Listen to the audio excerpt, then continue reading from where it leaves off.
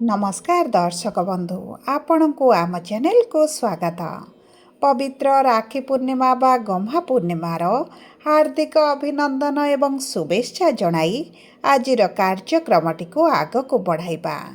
एही 2026 अगस्ट मास 28 तारिख शुक्रवार दिन राखी पूर्णिमा पालित हेबा पई जाउछि एवं एही पूर्णिमा दिन हेबाकु जाउछि शुभ परिवर्तन गुड़िक माने शुभ ग्रहंकर राशि रे चलन रे परिवर्तन हेब। देवगुरुंग समेत बुध शुक्र एवं सूर्य मंगलंकर हेबाकु जाउछि परिवर्तन एवं एही परिवर्तनटी आपनकु 3 गोटी खुशी खबर प्रदान करिबा पई जाउछि।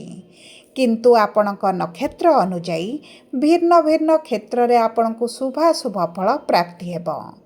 किछि व्यक्ति मानकु आर्थिक क्षेत्र रे शुभ फल मिलिबा बेले किछि व्यक्ति मानकु पारिवारिक स्तर रे शुभ फल प्राप्ति हेब एवं किछि नक्षत्र रा व्यक्ति विशेष मानकु निजर प्रेम संपर्क एवं दाम्पत्य जीवन रे क्यारियर रे सुख समृद्धि प्राप्त हेबा पई जाउछि। तेबे विलंब न करी आसंतु कार्यक्रमटी को आग को बढ़ाइबा एवं जानिबा आपणक जीवन रे ही राखी पूर्णिमा परे नक्षत्र अनुजाई केउ क्षेत्र रे शुभ फल प्राप्ति हेब। किंतु भिडियोटी आरंभ करने पूर्वर जदि आपणकर भी मेष राशि होइथाए एवं आपण भी ईश्वर को आंतरिक भक्ति एवं विश्वास करती तेबे भिडियोटी को लाइक करंतु। कमेंट बॉक्स रे जय जगन्नाथ जय माँ लक्ष्मी अवश्य लिखि दियंतु। ता सहित आम सह जोगाजोग करबा पई वीडियोर मध्य भाग रे एक व्हाट्सएप नंबर टी दिया जाइछि जो नंबर साहाय्य आपण आम सह जोगाजोग करी निजर नूतन कुंडली प्रस्तुत करि परिबे, कुंडली विश्लेषण कराई परिबे किंबा आपणकर चाकरी विवाह व्यवसाय प्रेम संपर्क शिक्षा स्वास्थ्य संतान को नहीं किछि समस्या रही ताहार सहजरे एवं स्वल्प मूल्य रे समाधान करि परिबे। सेथिपई आपण आम सह वीडियोर शेष पर्यंत जोड़ी होई रुहंतु एवं व्हाट्सएप नंबर माध्यम रे आम सह जोगाजोग करी खूब कम मूल्य रे आपणक समस्यार समाधान करंतु। एबे आसंतु कार्यक्रमटी को आग को बढ़ाइबा एवं जानिबा एही राखी पूर्णिमा परठारु आपणक जीवन रे की प्रकार परिवर्तन आसिबो। देखंतु दर्शक बंधु आपणकर शनिकर 7.5 आरंभ होईची एवं शनि द्वादश रे विराजमान करी वक्री स्थिति रे थिबा कारणरु आपणकर स्वास्थ्य रे बहुत अधिक समस्या गुड़िक देखा जाउची। आपणकर आर्थिक समस्या मध्य बढ़ुची। आपणकर अजथा खर्च गुड़ाए हेबा कारणरु आपणक आय हेले मध्य व्यय आपणकर मध्य बढ़ी चलीची जो कारणरु आपणकर अर्थ समस्या हेउ पारिवारिक दुश्चिंता को नहीं हेउ परिवार मध्य खुशीर वातावरण रहुनाही। विद्यार्थी माने तो शिक्षा क्षेत्र में बहुत अधिक समस्या दे गति करुछंती। आपणकर समाज रे मान सम्मान कोनोसी ना कोनोसी कारण को नहीं हानि घटुची। आपणकर शत्रु वृद्धि हेउछंती। विशेष भाव में आपणकर चाकरी प्राप्ति रे बहुत अधिक समस्या मध्य देखुछंती। बारंबार चाकरी पई चेष्टा करी विफलता निराशतार सम्मुखीन हेउछंती। संतान संततिक पई बहुत अधिक चिंता रहुची। संतान प्राप्ति रे विलंब हेउची एवं देखंतु विवाहर किछि वर्ष अतिक्रम करिबा परे मध्य संतान सुखरु वंचित रहिछंती। व्यापार वाणिज्य रे आपणकर बहुत अधिक लॉस मध्य चलीछि। आपणकर पूर्वरु जेउ भली लाभ हेउतला वर्तमान से परे लाभ आपणकु देखिबा को मिलुनी। आपणक प्रेम जीवन रे समस्या बढ़िछि, दूरता मध्य बढ़ुछि। दाम्पत्य जीवन रे छोट कथा को नै कलह मनमालिन मतभेद भली परिस्थिति मध्य आपण देखिबा को पाउछंती। तेबे देखंतु शनिक 7.5 प्रभाव हेउ देवगुरु बृहस्पति शुभ ग्रह अस्त हेअंतु तार जो प्रभाव गुड़िक आपणक जीवन रे लागि रहितला ताहा ही राखी पूर्णिमा पर किछि क्षेत्र रे आपणको निश्चित भाव रे शुभ फल प्राप्ति हेबो।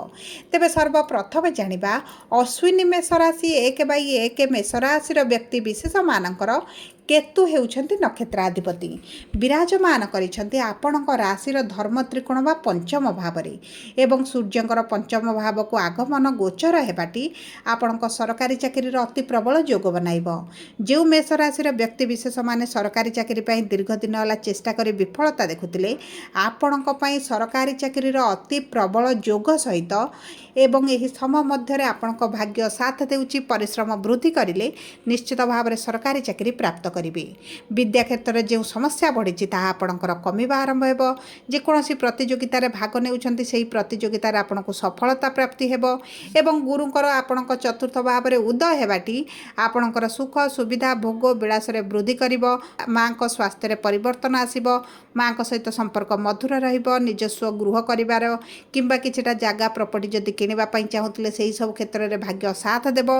मंगल आपणकर रसाधिपति होई तृतीय भाव में विराजमान करिथिबारु ऑनलाइन रिलेटेड जदि किछि कार्य करूछंती किंबा आपणकर जदि किछि सोशल मीडिया किंबा आपण एआई आईटी फील्ड रे कार्यरत अछंती तेबे सेही सब क्षेत्र रे आपणको शुभ फल प्राप्ति हेबो। किंतु शनि आपणको द्वादश भाव में विराजमान होइथिबारु मेडिकल रे अर्थ खर्चटी आपणकर वृद्धि हेबो। बारंबार हॉस्पिटल को दौड़िबा को पड़िबो। आपणको पई हेउ प्रिय परिजनक पई हेउ स्वास्थ्यगत समस्याटी आपणको चिंता को वृद्धि करिवो। अजथा खर्च गुड़ाई बढ़िबो जो कारण आपणको आय अपेक्षा व्ययटी बढ़ी चलिबो। किंतु जदि आपण वैदेशिक मुद्रा रोजगार करूछंती रोजगार रे आपणकर बढ़ती आसिबो किंबा आपण जदि स्वास्थ्य सेवा संबंधित किछि कार्यरत अछंती सेही सब क्षेत्र रे भाग्य आपणको साथ देबो। एही समय मध्य आपणको स्वास्थ्य को बहुत अधिक ध्यान दियंतु नचेत आपणकर किछि ना किछि नूतन स्वास्थ्य समस्या बाहरी पारे। एबे आसंतु जानिबा द्विजा मेष राशि 2/1 मेष राशि रो व्यक्ति विशेष मानकर शुक्र हेउछंती नक्षत्राधिपति। सप्तम भाव को आपणकर स्व राशि को गोचर करूछंती। जदि आपणको विवाह प्रस्ताव आसु नथिला मन पसंदर विवाह प्रस्ताव ठीक हे पारु नथिला तेबे आपणकर चिंता करिवार कोनोसी आवश्यकता नाही। आपणकर मन पसंदर विवाह प्रस्ताव आसीबो एवं जदि आपण प्रेम संपर्क रे अछंती प्रेम विवाह करिवा पई चाहुचंती तेबे मध्ये आपणको पई उत्तम रहिबो। परिवार लोकंकर सहमति क्रमे आपण विवाह बंधन रे बांधी होई जिवे एवं पूर्वरु जदि आपणको संपर्क रे ब्रेकअप भली परिस्थिति चलीची तेबे मध्ये आपणको संपर्क रे पुनर्बार आपण एकत्र होई जिवे एवं ता सहित देखंतु शुक्र जेहेतु आपणको द्वितीय भावर स्वामी धनर भावर स्वामी परिवार कुटुंबकर भावर स्वामी संतान प्राप्तिर अति प्रबल जोग बनुची। आपणको गृह को नूतन सदस्यंकर आगमन हेबार बहुत अधिक संभावना रही। किछि ना किछि जदि पारिवारिक सदस्यंक सहित किछिटा मनमालिन्य मतभेद चलितला तेबे मध्ये सेही समस्या गुड़िक आपणकर दूर होई जिवो। किंतु गला पाटी दांतरे किछि ना किछि समस्या देखा देई पारे ऋतुकालीन समस्या देखा देई पारे सेथि प्रति आपणको दृष्टि देबाको पड़िबो। एबे आसंतु जानिबा कृत्तिका मेष राशि 3/1 मेष राशि व्यक्ति विशेष मानकर सूर्य हेउछंती नक्षत्राधिपति विराजमान करुछंती स्व राशि को। एही समय मध्यरे चाकरी पई जदि आपण पूर्वरु अप्लाई करिछंती तेबे आपणकर चाकरी क्षेत्र रे शुभ फल प्राप्ति करिवे। किछि खुशी खबर आपणको मिलिबो। मन पसंदर चाकरी प्राप्त करिवे। जदि आपणकर पूर्वरु चाकरी क्षेत्र रे प्रमोशन अटकी रहितला ट्रांसफर चाहुतला अटकी रहितला सेही सब क्षेत्र रे शुभ फल प्राप्ति करिवे। मान सम्मान वृद्धि घटिबो। आपणको कोनोसी ना कोनोसी कारण को नहीं सम्मानित करा जाई पारे। उच्च स्तरीय लोकों सहित जोगाजोग आपणको वृद्धि घटिबो। अटकी थिबा कार्य गुड़िक आपणकर संपूर्ण हेबो। दीर्घ दिनर किछि इच्छा अभिलाष आपणकर पूर्ण हेबा पई जाउची। विशेष भाव में आपणको भाग्य मजबूत हेबा पई जाउची। किछिटा गुप्त धन आपणको प्राप्ति होई पारे। किछिटा अर्थ लाभ करि पारंती। सरकारी सहायता राशि प्राप्ति करि पारंती किंबा आपण एही समय मध्य उच्च शिक्षार जदि अभिलाष रखिचंती आपणकर सेही अभिलाष गुड़िक पूर्ण हेबो।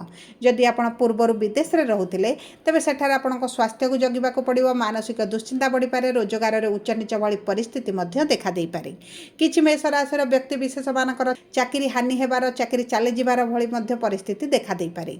सेति पई आपणको निश्चय वाणी उपरे ध्यान देबा सहित कोनोसी द्वंद्व भली परिस्थिति रे आपण न पसिला आपणको पई उत्तम रहिबो। शनि जेहेतु आपणकर दशम बा कर्म भावर स्वामी अटती जदि आपण पूर्वरु विदेश जिबा पई चाहुथिले तेबे आपणको पई उत्तम समय रहिबो। एबे आसंतु जानिबा कोन रहिछि सहज एवं सरल प्रतिकार जहाँ आपणकर अशुभत्व को दूर कर शुभ फल को वृद्धि कर।